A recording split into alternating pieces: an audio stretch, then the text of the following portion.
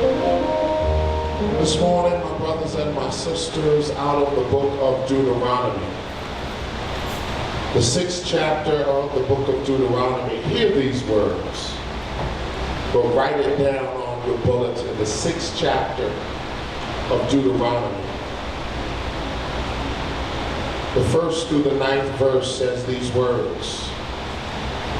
Now this is the commandment, the statutes and the ordinances that the Lord your God has charged me to teach you, to observe in the land that you are about to cross into and occupy, so that you and your children's children may fear the Lord your God all the days of your life, and keep all his decrees and his commandments that I am commanding you, so that your days may be long.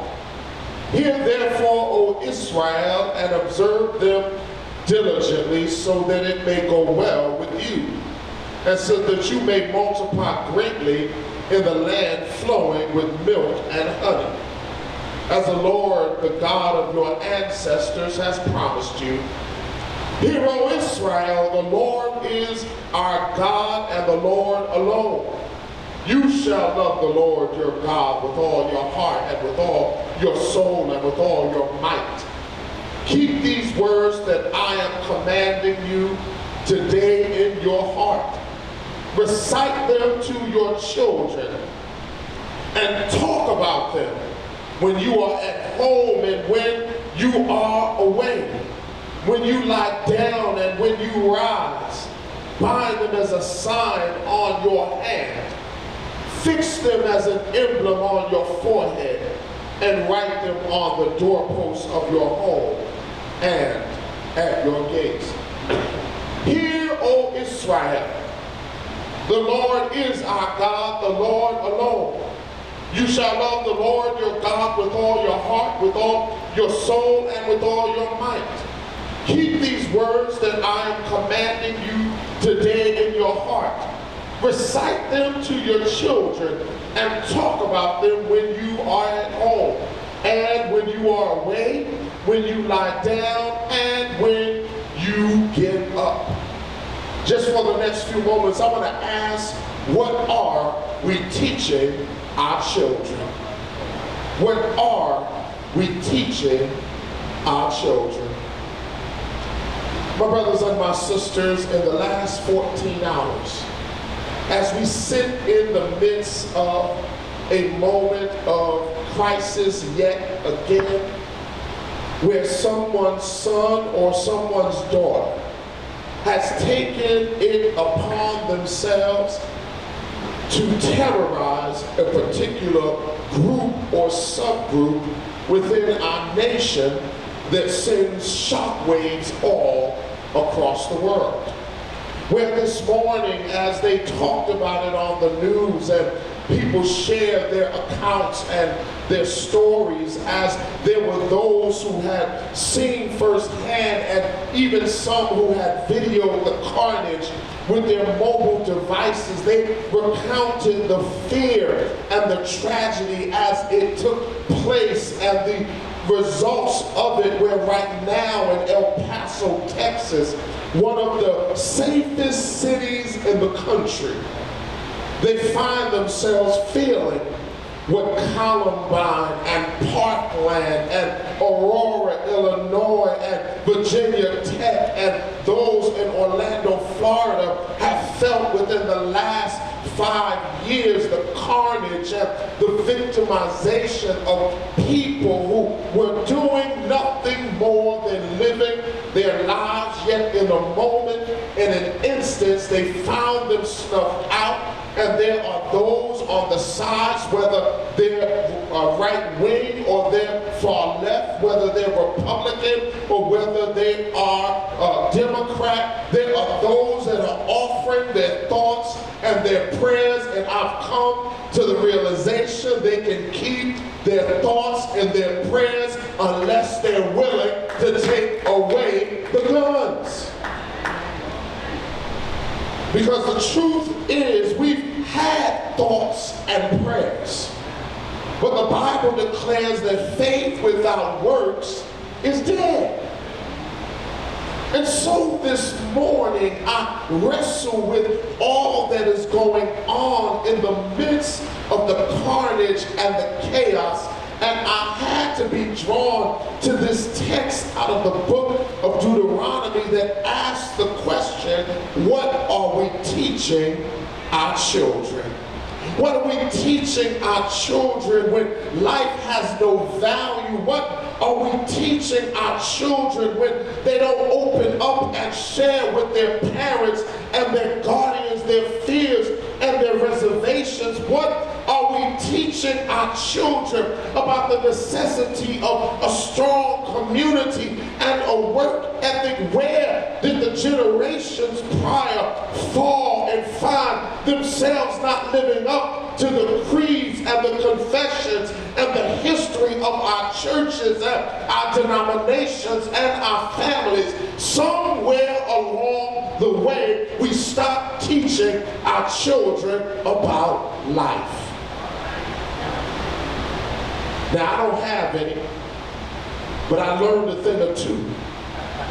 And the truth is, we think we're teaching our children something by forcing them to live the way that we live because mama and daddy did it and we did it, and we think they're also supposed to do it.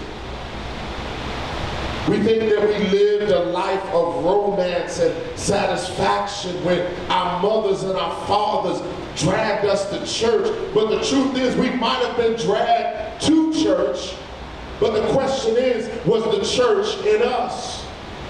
We sat on the pew, we sang in the choir, we went to church school, but if somebody challenges us about our faith, we fall and we break down like a house of cards because we did not take the time to truly pay attention to the things that God dictated and God demanded of a community of faith called the church.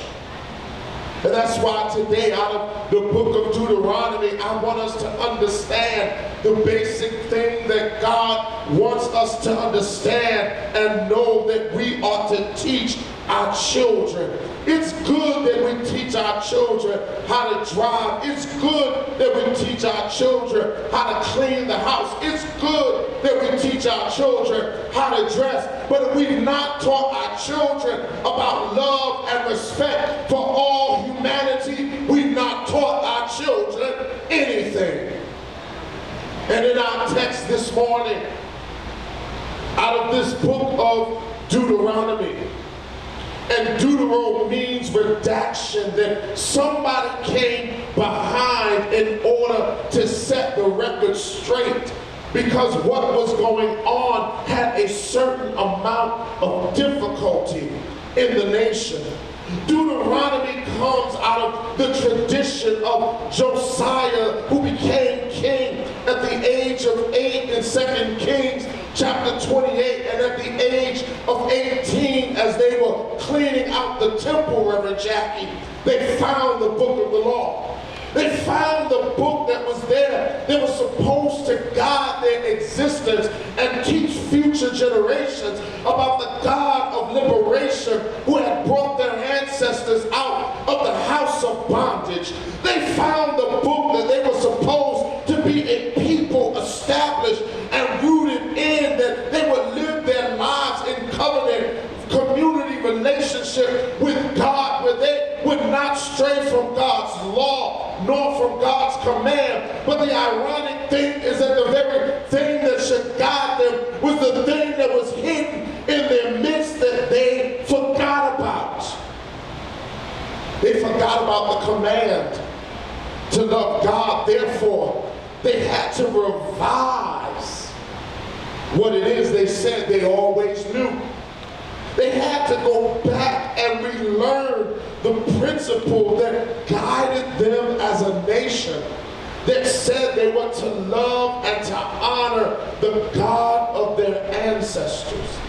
You see, my brothers and my sisters, as a nation, we've forgotten what it is to honor the God of our ancestors we say we believe in. We forgot about what it was to honor the God that brought us through Jim and Jane Crow, because we stopped teaching our children about a love and a respect and a dignity that they should have, but they should also demonstrate to someone else. We forgot about the love of a God that established a nation, even though they had committed the original sin of slavery. God still allowed them to prosper, and they forgot about the uniqueness of all humanity when they began to subjugate and to marginalize the indigenous people of color. They forgot about the God who delivered them from the power of foreign England and allowed them to establish their own nation. They forgot about the God that gave them their independence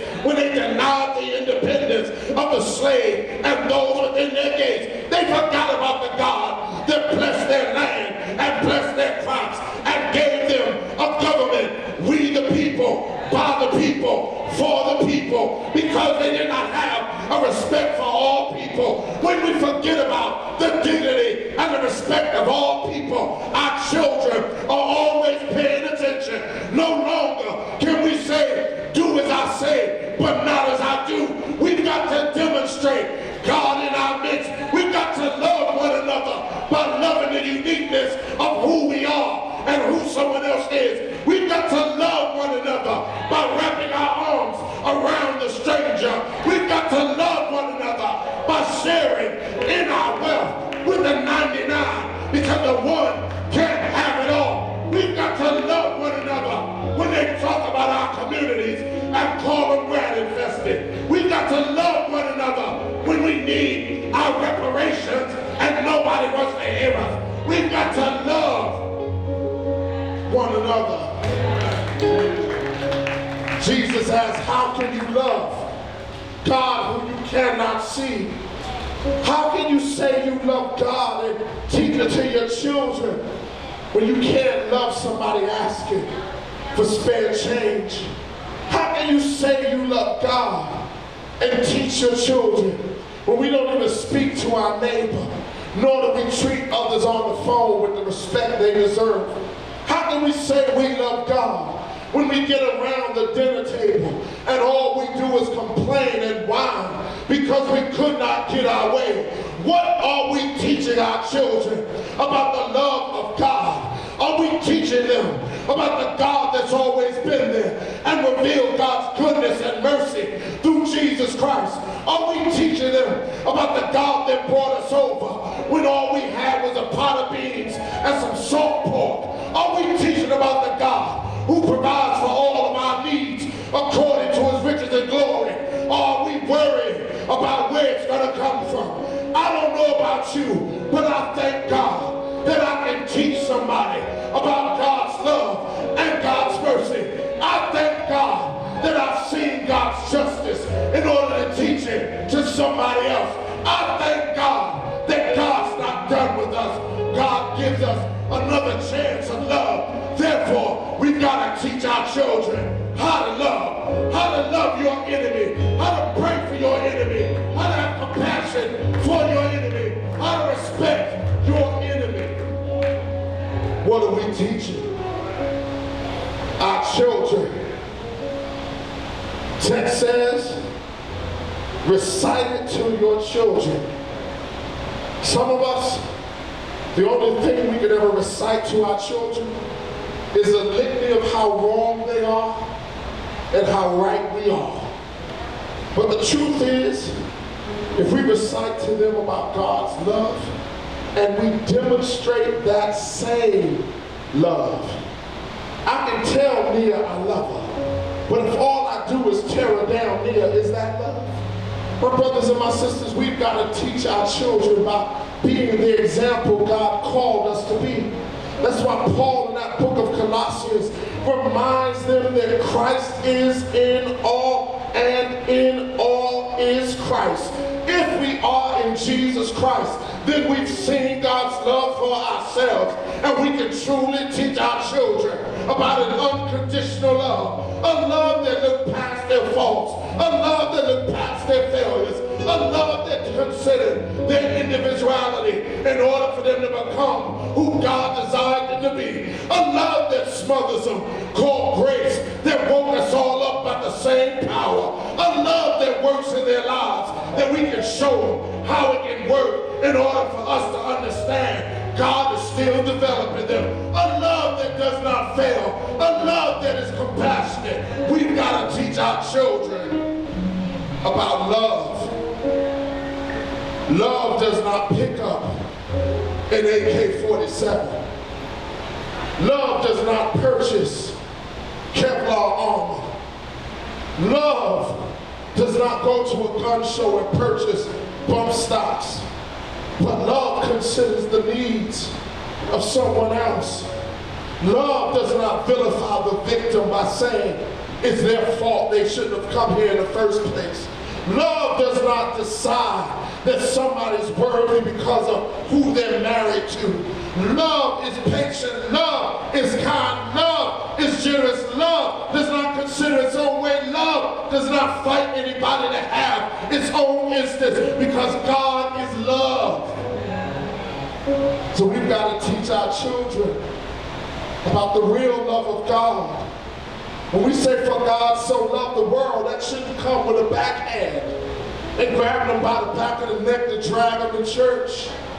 But we've got to demonstrate why the church is important.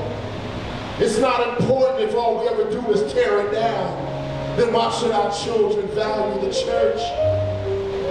As we sit in the midst of crisis, what are we teaching our children? Have we forgotten about God's love? Because some of us didn't deserve God's love, much less our parents. Yet God still gave it to us. Some of us wore out all our parents' mercy. Yet God, through them, they still showed mercy. But some of us can't even extend our children an extra added portion of grace. That's why it says, teach your children. Tell them the story about the God of your ancestors by being the visible story yourself. It's more than lip service. It's life service God is calling us to. On this morning, as we stand all over the church,